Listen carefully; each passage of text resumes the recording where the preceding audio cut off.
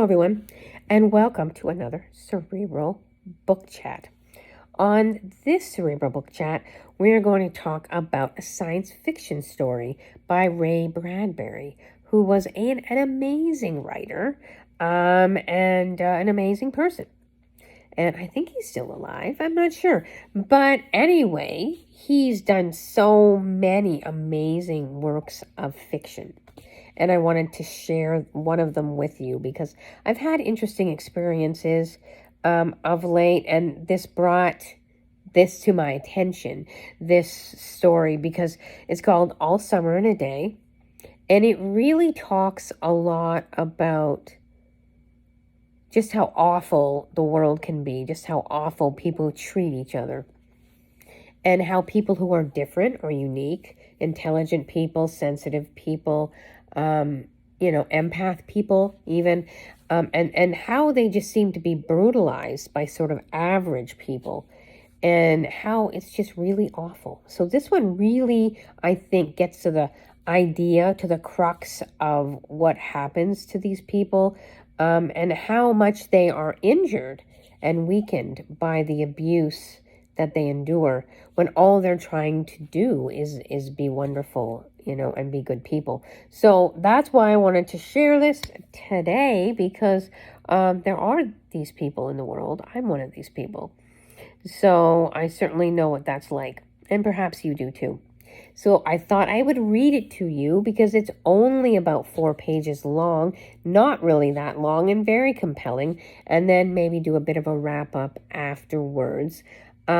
If you want just the Cole's Notes version or the Cliff Notes version, it's a story about a young girl who moves from Earth to Venus. Now, on this Venus, they actually have to stay inside. Like a lot of science fiction stories, they stay inside. They live in like pods, and they actually have everything either brought in or they make it there or something. And so they live in these sort of, they never go outside because it rains, or they rarely go outside because it rains constantly, like torrential rain, constantly. So they may go out a little bit, but they don't go out that often because it's quite cold rain. So they don't really see anything. They don't really have an atmosphere, as it were. And then a lot of the kids were born there, so they don't actually miss anything. They don't know anything else. But she wasn't born there. They came from Earth 5 years ago, so she remembers what it's like to have the sun every day or most days.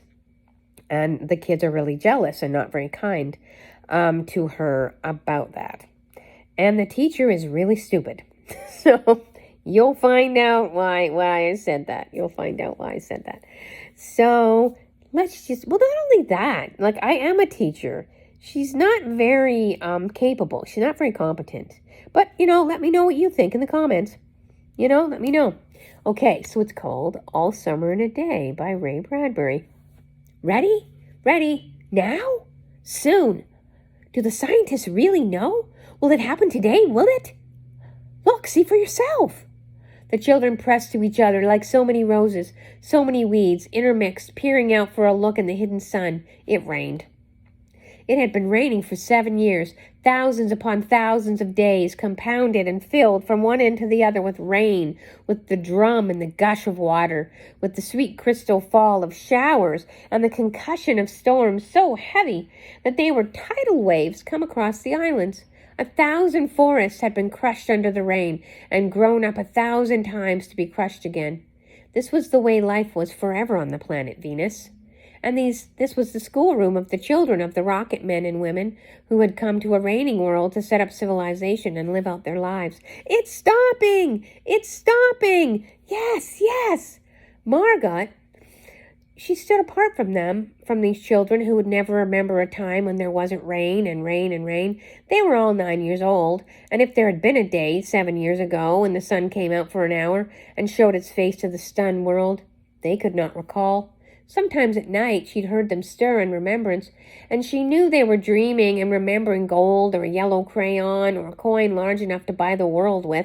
She knew they thought that they remembered a warmness, like a blushing in the face, in the body, in the arms and legs, and trembling hands. But then they always awoke to the tattling drum, the endless shaking down of clear bead necklaces upon the roof, the walk, the gardens, the forest, and their dreams were gone. All yesterday they had read in class about the sun, about how it was like a lemon and how hot, and they had written small stories or essays or poems about it. I think the sun is like a flower that blooms for just 1 hour. That was Margot's poem, read in a quiet voice in the still classroom while the rain was falling outside. Oh, you didn't write that, protested one of the boys. I did, said Margot. I did. William, said the teacher. But that was yesterday. Now the rain was slackening, and the children were crushed in by the great thick windows. Where's teacher? Oh, she'll be back.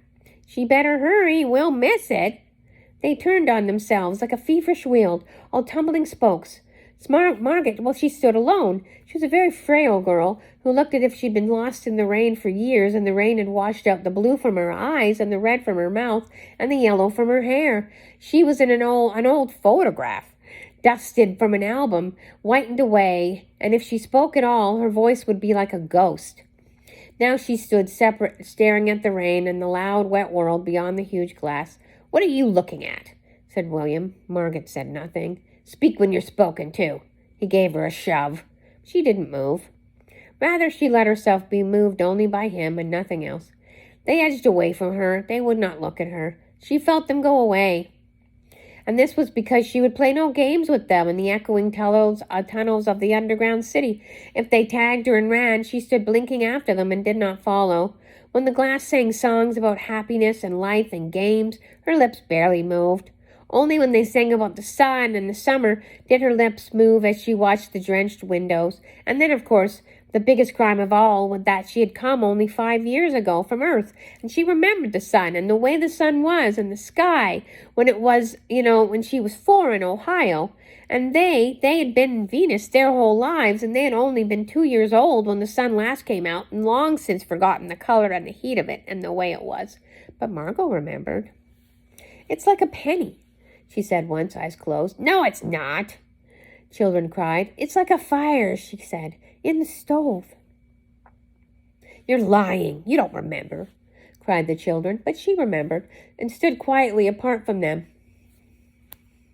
and watched the patterning windows. And once, a month ago, she refused to shower in the school shower rooms and had clutched her hands to her ears and over her head, screaming the water must not touch her head. So after that, dimly, she sensed it. She was different, and they knew she was different, and they kept away. There was talk from her father and her mother that they were going to take her back to Earth next year.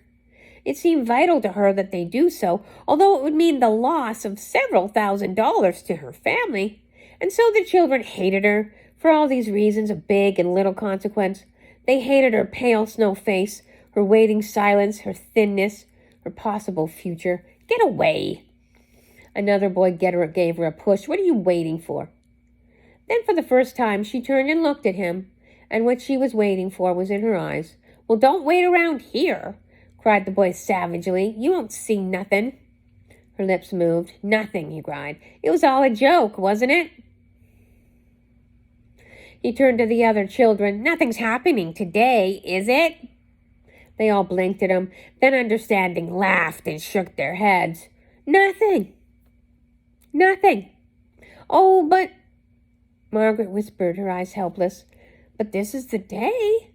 This is the day that the scientists predict. They say they know the sun. All a joke, said the boy and seized her roughly. Hey, everyone, let's push her in the closet before the teacher comes. No, said Margot, falling back. They surged about her, caught her up, bore her, protesting and then pleading and then crying, back into a tunnel, a room, a closet, where they slammed and locked the door. They stood looking at the door and saw it tremble from her, beating and throwing herself against it, then heard her muffled cries, then smiling. They turned and went back down the tunnel, just as the teacher arrived. Ready, children? She glanced at her watch. Yes, they said. Are we all here? Yes. The rain, it slackened more. They crowded by the large door. The rain stopped. Then it was as if, in the midst of a film concerning an avalanche or a tornado or a hurricane, a volcanic eruption, something had first gone wrong with the sound apparatus, then muffling and finally cutting off all the noise, all of the blasts and the repercussions and the thunder, and then the second ripped the film from the projector and inserted in its place a beautiful tropical slide which didn't move or tremor. The ground was a standstill. The silence was so immense and unbelievable that you felt your ears had been stuffed or you'd lost your hearing altogether. The children put their hands to their ears. They stood apart. The door slid back and the smell of the silent, waiting world came into them. The sun came out. It was the color of flaming bronze, and it was very large. And the sky around it was a blazing blue tile color, and the jungle burned with sunlight as the children, released from their spell, rushed out, yelling into the springtime. "Now don't go too far," called the teacher after them. "You've only 2 hours, you know, and you don't want to get caught out." But they were running and turning their faces up to the sky and feeling the sun on their cheeks like a warm iron, and they were taking off their jackets and letting the sun burn their arms. Oh, it's better than the sun lamps, isn't it? Oh, much, much better. They stopped running and stood in the great jungle that covered Venus, that grew and never stopped growing tumultuously, even as you watched it. It was a nest of octopi, clustering up great arms of flesh like weed, wavering, flowering in this brief spring. It was the color of rubber and ash, this jungle. For many years without the sun, it was the color of stones and white cheese and ink. It was the color of the moon. The children they just lay out and they laughed and on the jungle mattress, and they heard it sigh and squeak under them, resilient and alive. They ran among the trees and they slipped and they fell and they pushed each other and they played hide and seek and tag. But most of all, they squinted at the sun until tears ran down their faces. They put their hands up to the yellowness and the amazing blueness, and they breathed in the fresh air, and they listened to the silence, which suspended them in a blessed sea of no sound and no motion. They looked at everything, and they savored everything. Then wildly, like wild animals escaped from their caves, they ran in shouting circles. They ran for an hour and did not stop running. And then, in the midst of the running, one of the girls wailed. Everyone stopped. The girl standing in the open held out her hand. "Oh, look," she said, trembling. They came slowly to look at her open palm. In the center of it, cupped and huge, was a single raindrop. She began to cry, looking at it. They glanced quietly at the sun. Oh. A few cold drops fell on their noses and their cheeks and their mouths. The sun faded behind a stir of mist. A wind blew cold around them. They turned and started to walk back toward the underground house, their hands at their sides, their smiles vanishing away. A boom of thunder startled them, and like leaves before a new hurricane, they tumbled and they ran upon each other, and they ran. Lightning struck 10 miles away, 5 miles away, a mile, a half a mile. The sky darkened into midnight. A flash. They stood in the doorway of the underground for a moment until it was raining hard. Then they closed the door and they heard that gigantic sound of rain falling in tons and avalanches. And everywhere and forever. Will it be 7 more years? Yes, 7. Then one of them gave a little cry. "Margot!" "What?" "She's still in the closet where we locked her. Margot." They stood as if someone had driven them like so many stakes into the floor. They looked at each other and then looked away. They glanced at the world that was raining now and raining steadily. They could not meet each other's gazes. They could not.